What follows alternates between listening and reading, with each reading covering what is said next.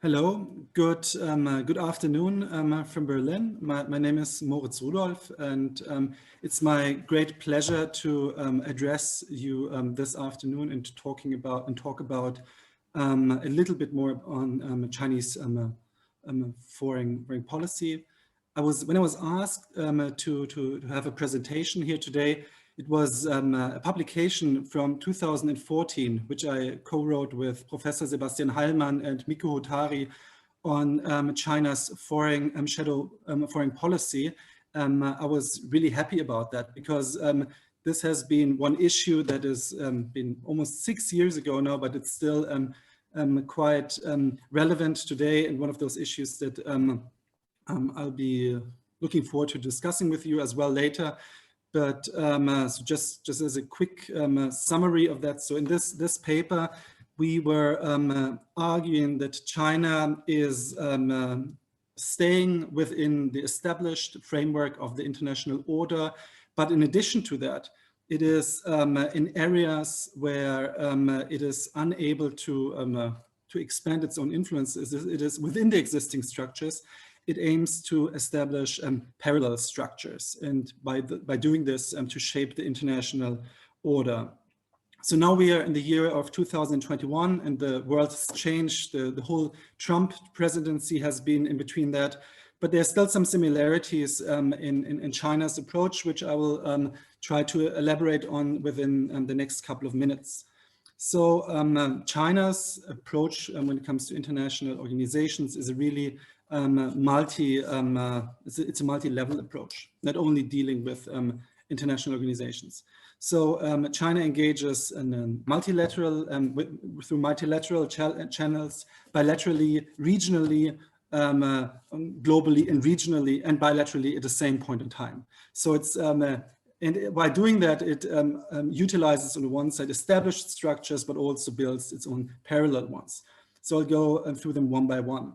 So the first one is, as was also discussed in this old paper, that China has been engaging in getting more influence within established international organizations, with the United Nations as at its heart. So officially speaking, Beijing always makes this argument that it is that it wants to reform the international rules-based order, but with the UN at its center and following core rules of the United Nations.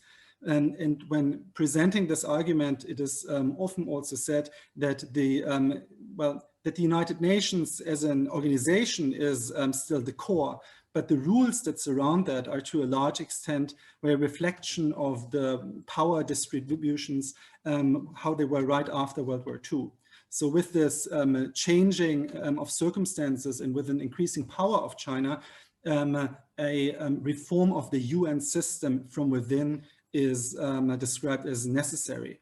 And we see this in several regards. So for instance, you can actually see that when you are at the United Nations in New York, for instance, where I did some research over the last summer for a couple of months, you can just see that if there is any kind of discussion within the 6th committee or the 5th committee, there will be maybe 2 representatives from India, 2 from France, 2 from Germany, but from the Chinese side, there will be 10. And 7 of them will be writing, and they are way more well prepared when they deliver their presentations than as there's a famous book by Samuel Kim who describes China's engagement within the United Nations. He describes China being just like an eager student, but since more or less 2014 this has changed, and China is now a vocal and active participant within the United Nations discussions. You also see this within the International Law Commission, where Chinese contributions have become more nuanced, and some would say where the Chinese view and the view of the Communist Party can be heard more loud than in the past.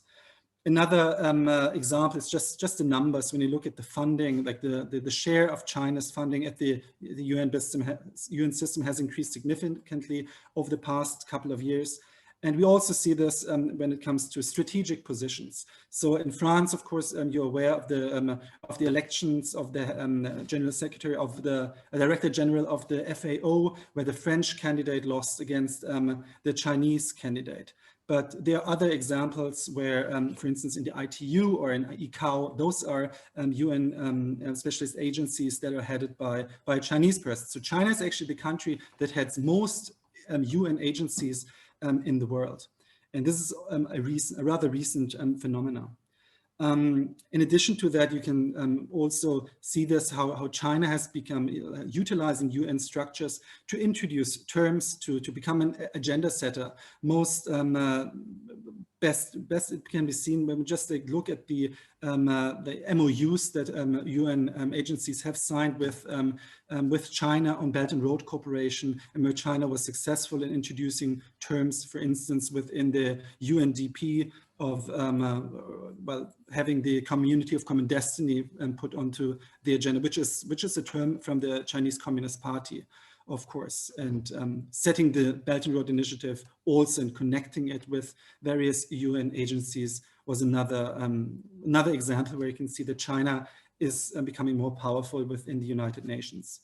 But in addition to that, in areas where it is either it's just not possible for China to make those inroads within the UN system, for instance, where this is not regulated to this extent within the UN system, or where the system is just more fragmented, China is also engaging in building parallel structures and trying to introduce its terms and its convictions there as well. The cyber regime, where China is promoting the idea of cyber sovereignty, is one of the key examples where you can see that China is also hosting the Wuzhen Summit, like the World Internet Conference, and trying to, well, invite like-minded states and to have more of a agenda setting ability in areas where it would be more difficult otherwise within the established framework. So this is the multilateral dimension. We also have a regional, we have the global dimension, we also have like a regional dimension. In there, we have those so-called China plus X mechanisms.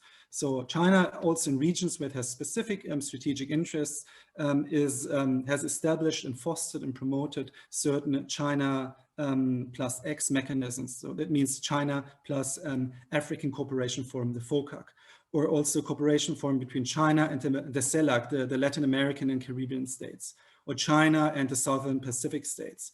And now it's 16+1, China plus 16 Central and Eastern European countries, where, as you heard, that Lithuania is no longer part of this club, or won't be part of this club, so it's back to 16+1.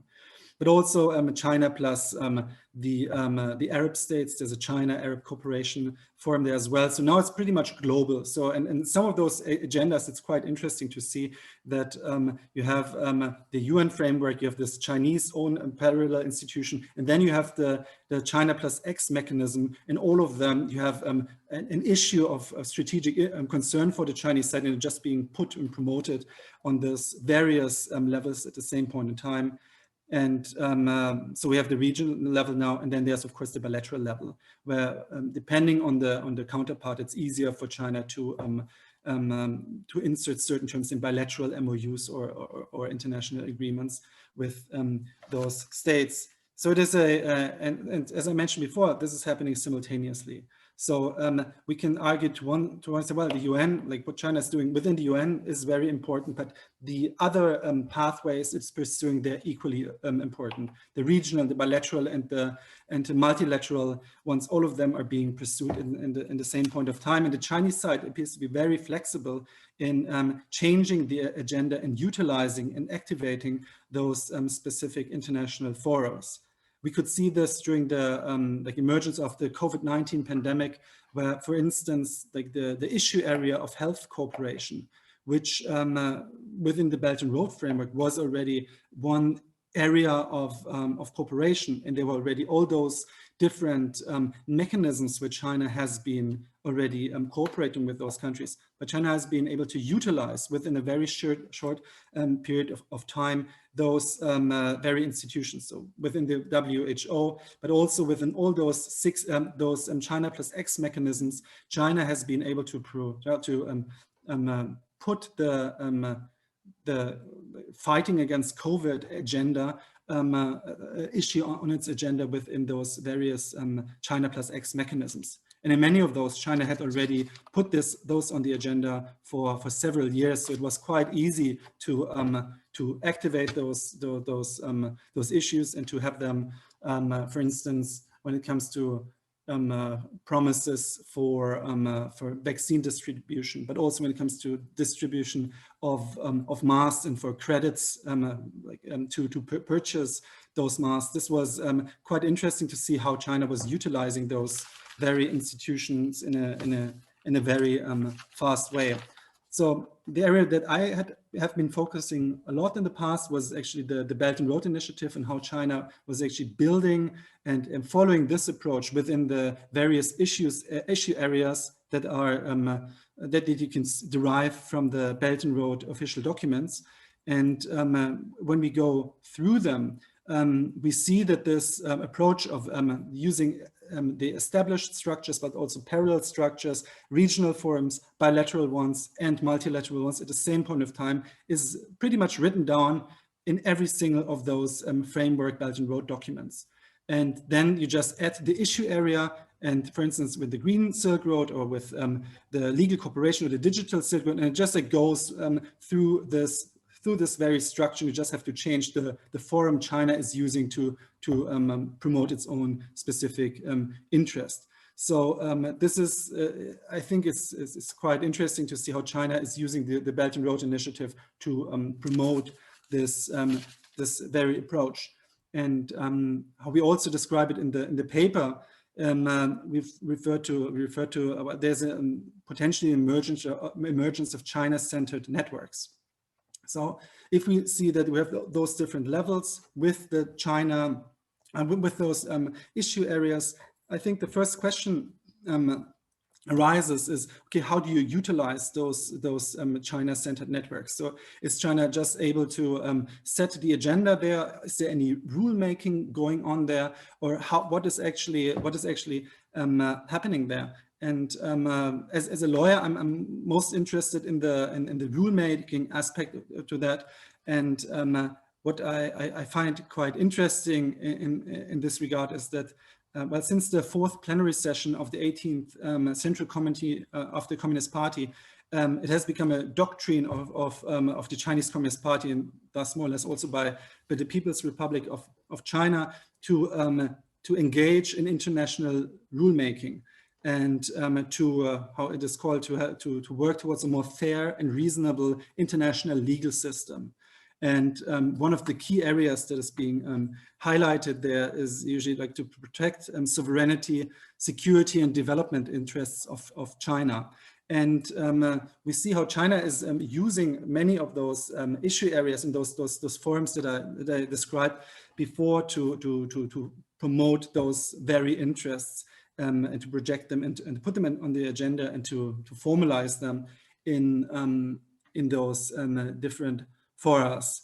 So there are two pathways that are possible for China. So one of them is to actually change the norms and change the rules.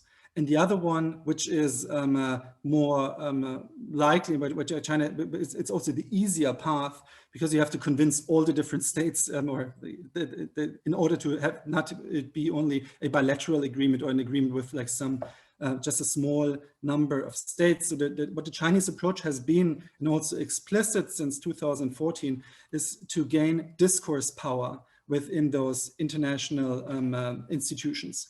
So with discourse power, I mean that on one side, being able to introduce and to insert new terms, mostly terms that have been defined by the Chinese Communist Party, like the community of common destiny or win-win cooperation, and to have it inserted into international resolutions.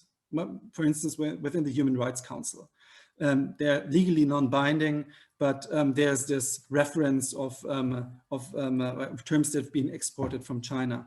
In addition to that, there is discourse power, means like what I would call like to muddy the water. So you have terms that we would consider universal terms, and where we would say there's already a clear definition attributed to them. And the goal, or what is being pursued, is to second guess the very definition of those terms. So we see this clearly when it comes, for instance, to the human rights debate. So there is, from the Chinese side, there's an interest to introduce terms like human rights with Chinese characteristics, which reflect the Chinese logic of viewing human rights, and which are, of course, very different to for instance, how the European Parliament would define and would look at human rights. When it comes to the rule of law, also a term which all, most people in Europe would say, okay, there's a clear definition, there's something I understand. It means that the rules, they constrain the ability of the state, and there's like an inherent value of the law by itself. But in China, this isn't the case.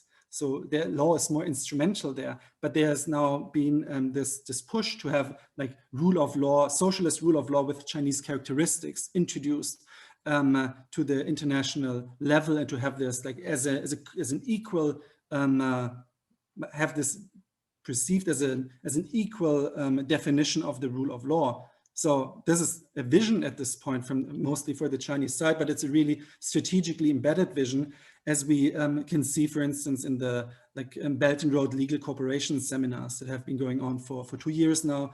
But China is hosting 3-week seminars with countries like mostly from the treaty making department and from the Ministry of Justice of Belt and Road states. And then it's hosted by and then like on the agenda you have issues which would reflect Chinese definitions of to protect sovereignty, security, and development interests. So this is quite interesting to see this being strategically embedded and already being implemented for a couple of years.